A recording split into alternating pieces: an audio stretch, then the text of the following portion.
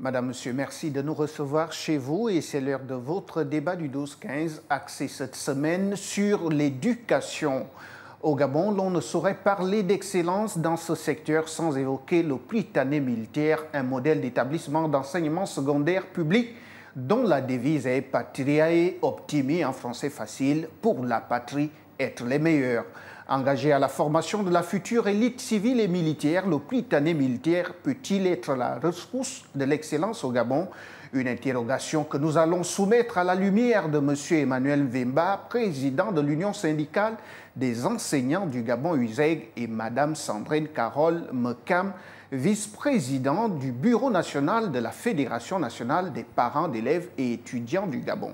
Bienvenue à vous, Madame, Monsieur, sur le plateau de Gabon 24. Merci.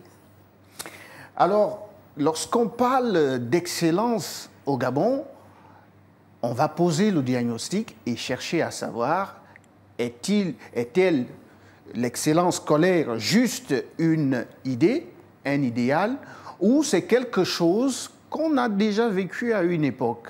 Monsieur Mvemba.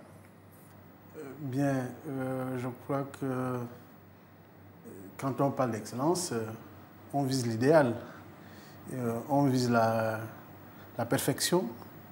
Mais au Gabon, je ne peux pas avec exactitude dire que nous avons déjà connu l'excellence au Gabon. Nous avons approché l'excellence. Nous l'avons approché comment? Parce que dans les années 80, nous avons connu des moments sous feu Omar Bongo où nous, élèves, étudiants, étions transportés cadeaux, entre guillemets. Même du village de ton père jusqu'à Libreville, à travers Air Gabon. Et arrivé à Libreville, il y avait Sogatra, il y avait Sotra d'abord, et Sotraville, des sociétés qui ont transporté les élèves, cadeaux aussi. Et j'ai envie de dire que l'État sponsorisait ce système. Nous avons également connu des internats pour des enfants, pour des élèves qui n'avaient pas de parents dans les capitales provinciales ou à Libreville. Et malheureusement, tout ce mécanisme, nous l'avons perdu, j'ai envie de dire, par faute de volonté politique. Parce que la politique, c'est une vision, c'est une projection. Et malheureusement, ceux qui ont suivi n'ont plus mis en œuvre cette politique. Et nous avons perdu à viser l'excellence. Nous ne pouvons pas parler aujourd'hui que nous avons connu l'excellence. Pas du tout. Alors, Madame Kam, au regard de ce que vient de dire Emmanuel Mvemba, l'excellence a été approchée dans les années 80. Aujourd'hui, vous êtes parent d'élèves et vous êtes dans le bureau national justement d'une plateforme qui réunit les parents d'élèves. Quels peuvent être les piliers de l'excellence scolaire? Quels peuvent être considérés comme critères de l'excellence? Merci de me donner la parole. Alors, pour aller droit au but, répondre directement à votre question, pour moi, les piliers de l'excellence, c'est ce que venait de décrire Monsieur Mvemba, je crois. Voilà. Emmanuel Mvemba. Emmanuel Mvemba. Le transport scolaire, voilà. Les internats, est-ce que ça se limite à cela? L'excellence, c'est quoi d'abord? C'est un ensemble de facteurs que dégage ou que présente un apprenant ou une autre personne qui permettent à cette personne de réussir ses différents parcours. Donc, parcours scolaire, parcours professionnel, même parcours social. C'est ça l'excellence. Et ici, nous parlons d'excellence scolaire, en milieu scolaire. Donc, il y a des mécanismes qui sont mis en place qui favorisent l'excellence. Et je vais aller dans le même sens que lui. Effectivement, il fut une époque au Gabon où nous avons approché l'excellence. Et ça se traduit par les résultats scolaires. On peut transporter des enfants, les loger à de bonnes enseignes, mais si les résultats ne suivent pas, on ne parlera pas d'excellence. La première vitrine de l'excellence, ce sont les résultats scolaires. Le reste, ce sont des accessoires qu'on met en place pour booster, pour pousser à l'excellence. Alors, vous parlez d'accessoires. Ces accessoires ne sauraient se limiter au transport et à l'hébergement. Non, le transport et l'hébergement, ce sont des plus. Ça commence d'abord en milieu scolaire. Ça commence déjà par la qualité de l'enseignement. Ça commence déjà par le contexte dans lequel les enfants apprennent. On a combien d'enfants dans les salles de classe? Ça commence par le nombre de matières. Aujourd'hui, nous sommes dans une école où un enfant fait facilement toute une année scolaire sans être classé dans plusieurs matières. On ne peut pas courir après l'excellence dans ces conditions. Voilà. Ça commence par la sérénité pendant l'année scolaire, pas de grève, etc. C'est tout ça qui concourt à l'excellence. Après, s'ajoutent d'autres facteurs. Des facteurs sociaux comme le transport, l'hébergement. On est dans un contexte aujourd'hui où c'est la rentrée. Hein. Dans mon quartier, déjà, il y a des enfants qui se lèvent à 2 heures pour puiser l'eau. Mais ces enfants doivent se lever à 5 heures pour aller à l'école. Voilà. Donc, autant de facteurs sociaux qui peuvent faire en sorte qu'aujourd'hui, on s'éloigne de plus en plus de l'excellence, surtout dans notre éducation publique. Alors, Emmanuel Mbemba, vous avez dit, je reviens là-dessus, que nous avons frôlé l'excellence, nous sommes rapprochés de près de l'excellence dans les années 80. Aujourd'hui, si nous posons un diagnostic sur le système éducatif, le diagnostic peut-il révéler un certain nombre de vestiges nostalgiques de cette période où nous étions près du but? Bien entendu, si on parle du système éducatif proprement dit, nous allons constater que ceux qui ont été formés dans les années 70-80 étaient mieux formés que nos apprenants d'aujourd'hui. Je vous prends un exemple. Quand vous avez des étudiants en première, deuxième, troisième année, moi qui suis enseignant à l'école normale supérieure, vous avez l'impression de retrouver des élèves du secondaire. Donc, il y a un véritable problème du système éducatif. J'ai envie de dire des enseignements. Parce qu'il faut d'abord examiner la question des enseignements. Si nous voulons approcher l'excellence, le fondement se trouve au niveau des enseignements. On partira des enseignements pour voir les structures. Nous avons, comme Mme Mekam le disait tantôt, nous avons des établissements à classe pléthorique aujourd'hui, 150, 100 élèves par classe. On ne peut pas viser l'excellence avec 100 élèves par classe, alors que le ratio, c'est 25 élèves. Bon, vous avez aujourd'hui 3 systèmes d'enseignement dans un même pays. Vous avez l'enseignement dit public, l'enseignement dit confessionnel et l'enseignement privé laïque. Et quand vous vérifiez ce qui se fait dans ces 3 ordres d'enseignement, vous verriez qu'il y a une grande différence. Alors, il n'y a pas une coordination de système, il n'y a pas une coordination de programme. Et ça tue l'excellence. Alors, ça veut dire qu'à ce niveau, j'ai envie de dire, c'est le gouvernement qui se trouve être faible à ce niveau ou qui ne contrôle pas assez. Parce que pour un même pays, il faut un même système éducatif, il faut les mêmes programmes enseignés au primaire, au secondaire et même au supérieur. Or, ça ne se fait pas aujourd'hui. Je me suis amusé à un moment donné de faire le tour de ces autres enseignements. Je me suis rendu compte qu'effectivement, il y avait un problème. Vous arrivez au confessionnel catholique, l'enseignement catholique va vous dire nous ne pouvons pas appliquer les recommandations venant du public parce que nous avons notre système d'enseignement. Et ça, ce n'est pas normal. Et ça crée un décalage entre le système dit public et l'autre qui est dit confessionnel et privé laïque. Vous avez même au privé laïque des étudiants. Mais comment est-ce que l'État peut se retrouver pris au piège par les établissements confessionnels? Est-ce que c'est au nom du partenariat, justement, que l'État à nouer avec ces établissements que ces derniers vont se permettre de refuser catégoriquement d'appliquer le programme, sinon, disons-le, les programmes qui sont imposés par le public. Parce que c'est le public qui donne le ton, quand même. Le confessionnel catholique revendique l'autonomie, par une certaine loi. L'autonomie, tout comme l'enseignement privé protestant. Alors, là où nous trouvons un peu de désordre, c'est au niveau privé laïque. Parce qu'au privé laïque, d'abord, vous verriez que les enseignants ne sont pas recrutés au même niveau.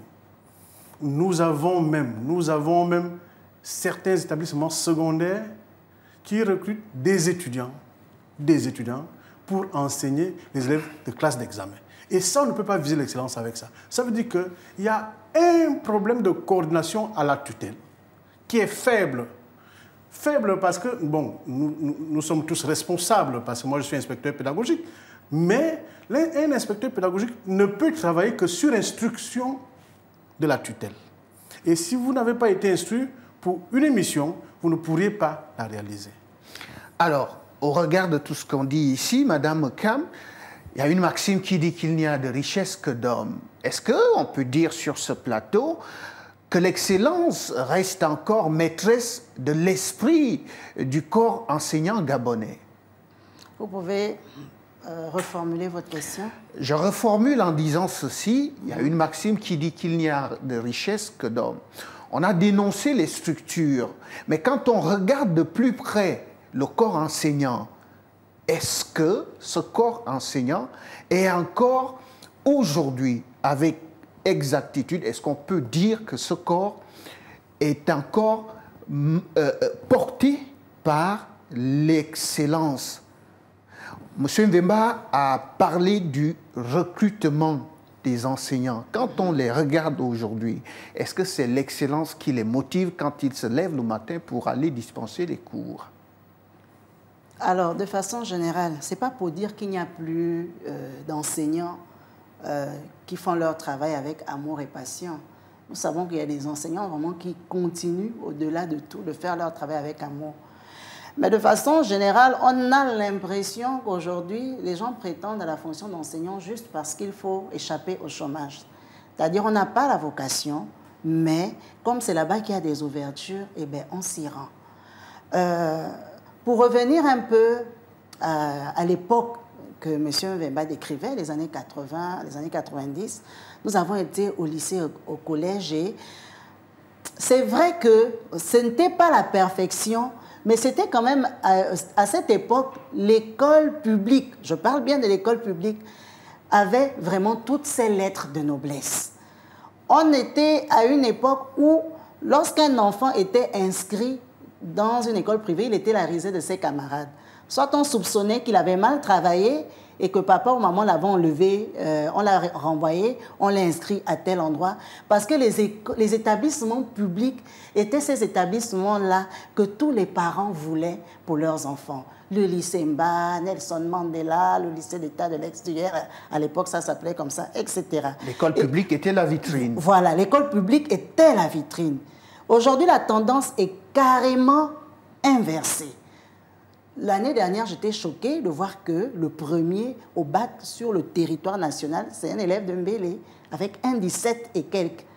Mais comment les établissements publics peuvent mieux privés peuvent mieux former que l'État, qui a tous les moyens à sa disposition? Voilà pourquoi je vous posais la question tout à l'heure, parce que justement, les enseignants qu'on retrouve dans ces établissements privés sont parfois des enseignants du public et qui n'ont pas suffisamment de temps pour traduire toute la substance. Qui passent plus de temps ou qui se donnent plus dans les établissements privés. C'est un peu le phénomène qu'on a à l'hôpital aujourd'hui. C'est pour cela que la question est, j'insiste là-dessus, vous êtes parent d'élèves, vous avez aussi votre responsabilité. Bien sûr.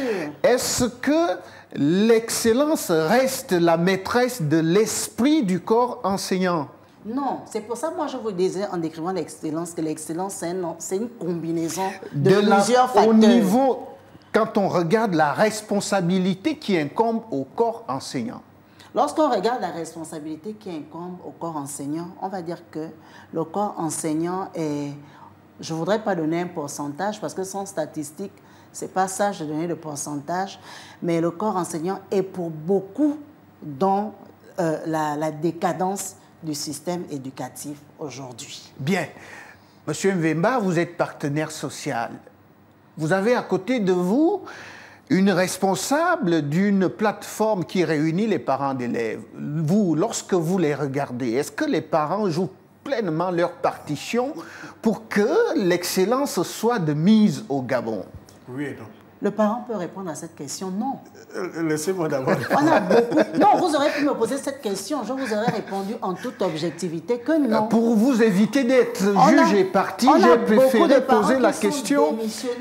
On a beaucoup de parents qui n'encadrent pas leurs enfants et c'est aussi ça notre bataille. Est-ce que c'est votre cas, Madame Kam? Moi, j'encadre très bien mes enfants. Si je vous donne le niveau scolaire de mes enfants aujourd'hui, pour l'âge qu'ils ont, vous verrez que ce sont des enfants excellents. Et qu'en est-il des parents qui sont dans votre corporation? Dans notre corporation, vous voyez déjà, dès qu'un parent s'engage à appartenir à un mouvement parental, il y a une exigence d'exemplarité. C'est un parent responsable. Parce qu'un parent qui n'est pas responsable n'a même pas le temps d'assister aux réunions des parents d'élèves. Il ne s'en soucie pas. Donc, dans notre corporation, nous n'avons que des parents responsables. Monsieur Mvemba ne semble pas être d'accord à 100%. Non, je disais oui et non. Oui, parce que tout simplement, nous avons quand même des parents assez responsables qui tiennent compte de la réalité actuelle, celle d'éduquer, former, instruire leurs enfants. En revanche, la plus grande partie se situe au niveau des parents qui ne soucient pas de la scolarité de leurs enfants. Le suivi, surtout le suivi. Parce que la responsabilité parentale, c'est au niveau de l'éducation de base. Maintenant, l'école prend le relais. Donc, au niveau de cette éducation, au niveau de ce suivi, nous avons pratiquement 60% des parents qui soit sont très occupés, soit ils confient toute la mission à l'école. Et ce qui est grave. Vous tenez ces chiffres. Ce qui est grave. Vous tenez le pourcentage d'où? 60%, ça fait fort. Hein? Mais bien sûr, bien sûr. Nous ne faisons que cela, madame. C'est notre métier, c'est ce que nous faisons. Mettez ces statistiques à notre disposition. Voilà. Venez à l'USEC, nous allons vous fournir ces statistiques. C'est noté. Voilà. Alors, nous sommes ici aussi pour faire un zoom sur le Prytanée militaire. Et la question est de savoir si le rayonnement justement du Prytanée militaire peut inspirer le retour justement de l'excellence scolaire tel un phénix qui renaîtrait de ses cendres. La question s'adresse à moi? À vous. Alors, si vous me demandez c'est quoi le Prytanée militaire, je vais dire simplement le Prytanée militaire, c'est la discipline militaire au service de l'éducation. Effectivement, le Prytanée militaire est comme un phare dans l'éducation nationale. Et il faut s'en inspirer. Sauf que il y a quand même une limite au fait qu'on ne peut pas généraliser tous les principes du Prytanée militaire. Parce qu'au Prytanée militaire, les enfants sont obligatoirement en internat. Est-ce qu'on peut mettre tous les élèves du Gabon dans les internats? Nous allons y arriver, Madame Kam. Est-ce que vous reconnaissez une certaine excellence au Prytanée militaire? Oui. Aujourd'hui, quand on regarde l'enseignement public, parce que le Prytanée militaire, c'est un établissement public qui est sous la tutelle de 2 ministères.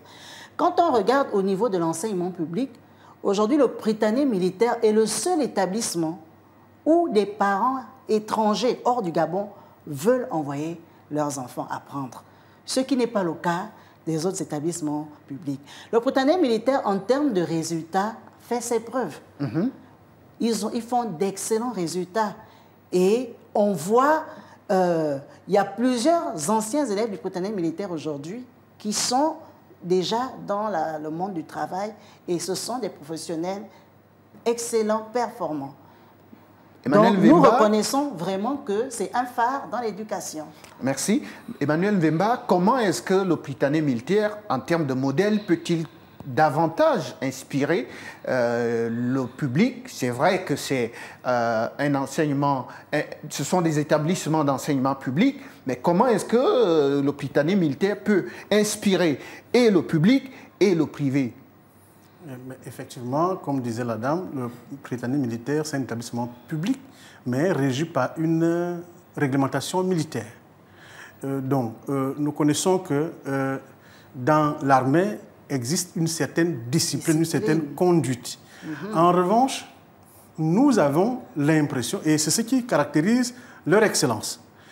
En revanche, ce que nous dénonçons et ce que nous constatons, c'est que l'État met plus de moyens dans ce taux d'enseignement que dans le public. Si on faisait la même chose, on mettait les mêmes moyens pour les mêmes enfants du Gabon, on visera réellement l'excellence. Alors vous faites bien de dénoncer cette double mesure, seulement est-ce que l'État dispose de suffisamment de moyens pour que les conditions qui sont retrouvées dans les Prytanées militaires soient répandues au reste des établissements publics? Mais pourquoi l'État mettrait exclusivement les moyens pour le Prytanée militaire et non pas pour ses autres enfants? Il s'agit des enfants ce sont du des Gabon. Gabonais qui apprennent là-bas. Il s'agit des jeunes Gabonais, il s'agit de la jeunesse gabonaise. Les mêmes moyens qui sont mis à la disposition du Prytanée militaire devraient être mis aussi dans l'enseignement public, dans l'enseignement confessionnel et dans l'enseignement privé laïque, parce qu'il s'agit d'une même jeunesse. Or, nous constatons que ce n'est pas fait comme cela. Nous avons l'impression que l'État abandonne une jeunesse et privilégie une autre jeunesse, c'est-à-dire la Prytanée militaire. Alors, nous disons que nous intégrons la Ve République avec un chef d'État qui sort de l'armée. Je crois qu'il pourra chercher à recadrer les choses, à équilibrer les choses de manière à ce que nous ayons, si nous voulons réellement viser l'excellence, il faut mettre les mêmes moyens à disposition pour toute la jeunesse gabonaise. Nos enfants subissent dans l'enseignement privé, dans l'enseignement public, alors qu'il y a une autre catégorie d'enfants privilégiés dans un même État. Ce n'est pas normal. Vous voulez réajuster? Vous voulez dire quelque chose sur le Prytanée militaire? Parce qu'on insiste quand même. Monsieur Emmanuel Mvemba dénonce une politique deux poids, deux mesures. Seulement, est-ce que l'État dispose de suffisamment de moyens pour mettre tous les établissements publics du Gabon au standard des établissements du Prytanée militaire? Je suis tout à fait d'accord avec monsieur. Est-ce qu'il n'y a monsieur. pas là aussi un problème de moyens qui limite justement l'action de l'État au-delà de la bonne volonté qu'on pourrait lui reconnaître? Moi, je pense qu'il n'y a pas un problème de moyens. Parce qu'on parle de problème de moyens lorsqu'on a commencé et puis après on a été buté. Mais l'État n'a même pas commencé à faire le modèle que nous retrouvons aujourd'hui au Prytanée. C'est vrai, il y a de très belles écoles qui sont construites actuellement, mais l'excellence, ce n'est pas le bâtiment. L'excellence, c'est tous ces composantes qu'on retrouve au sein du Prytanée militaire. Il faut que l'État commence, et c'est possible. Nous n'avons pas un problème de moyens. Le Gabon, c'est officiellement 2 millions d'habitants. Hein? Un pays très riche, avec une population, avec une superficie supérieure même que la superficie de certains pays pour lesquels on se réfère aujourd'hui en termes d'éducation. Si on parle par exemple du Sénégal, moins riche que le Gabon, beaucoup plus peuplé que le Gabon, mais qui a d'excellentes écoles, d'excellentes universités dans lesquelles nous on envoie même nos enfants. Ça veut dire qu'on n'a pas un problème de moyens. On peut loger tous les apprenants gabonais à la même enseigne que les élèves qui sont au Prytanée militaire. Nous sommes à la fin de ce plateau. Monsieur Mvemba, vous êtes président de l'USEG, certes, mais vous êtes aussi un homme politique. Est-ce que vous confirmez les dires de Mme Kam que ce n'est qu'une question de mauvaise volonté des autorités gabonaises et qu'il ne se pose pas un problème de moyens, lorsqu'on sait que le budget tourne autour de 4 000 milliards seulement? Je confirme. Je confirme les dires de Mme Ekam, tout simplement parce que je vous le disais en préambule que c'est une question de volonté politique. Vous, avec 4 000 milliards, vous mettez tous les établissements publics gabonais au standard du Prytanée militaire. Ça se fait par une année Moi, scolaire. j'ai été candidat en 2023, j'ai été candidat à la présidentielle. Si j'avais été élu, je crois qu'on aurait retrouvé l'équilibre aujourd'hui. Et on peut quand même le dire sur ce plateau, vous êtes également candidat aux prochaines élections. Vous allez, une fois élu, mettre toutes les écoles de votre circonscription au standard du Prytanée militaire? Et c'est ce que nous visons. Nous visons l'excellence au 3e arrondissement de la commune de Ntoum, à Bikel. Merci à vous. Merci à vous, M. Emmanuel Mbemba. Vous êtes président de l'USEG. Merci également à vous, Madame Kam, d'être passée sur le plateau de Gabon 24. C'est nous qui vous remercions. C'est nous qui vous remercions. À vous aussi, Madame, Monsieur, c'est la fin de ce plateau du 12 au 15. Restez en connexion et surtout, ne zappez pas parce que les programmes sur Gabon 24 restent en continu. À tout de suite.